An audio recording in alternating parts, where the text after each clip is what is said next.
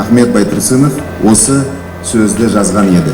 Ол ұстазы білушілеріміз естеуші болса, оларды көріп өзгелер де істер еді. Сөйтіп, көсемдер көбейсе, ерешілер де көбейер деп айтқан.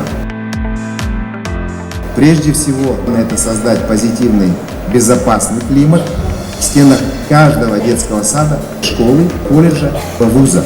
У любого учреждения должна быть своя прописанная политика отношений.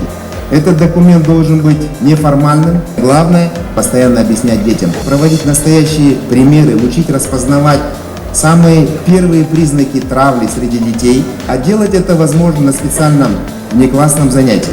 Пример можно назвать, к примеру, уроком эмпатии, уроком взаимоуважения или даже уроком эмоционального интеллекта. Нам необходимо повышать интерес к чтению. Наши библиотеки, я вижу, они стараются идти в ногу со временем, создают мобильные приложения, различные специальные проекты. Вот, например, проект «Бук просим». Всегда радуюсь, когда вижу людей у стеллажей возле областной библиотеки.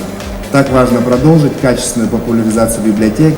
Нам необходимо перезагрузить работу института клубов выпускников, школ, колледжей, вузов, реальные их истории, рассказанные самими выпускниками, их карьерный путь со всеми взлетами и падениями.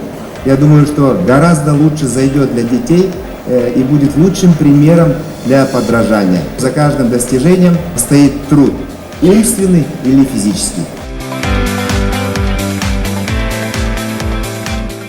Бүгін айтқанымды ұлт ұстазының келесі сөздермен аяқтағым келеді. Біздің заманымыз өткен заманның баласы, келер заманның атасы.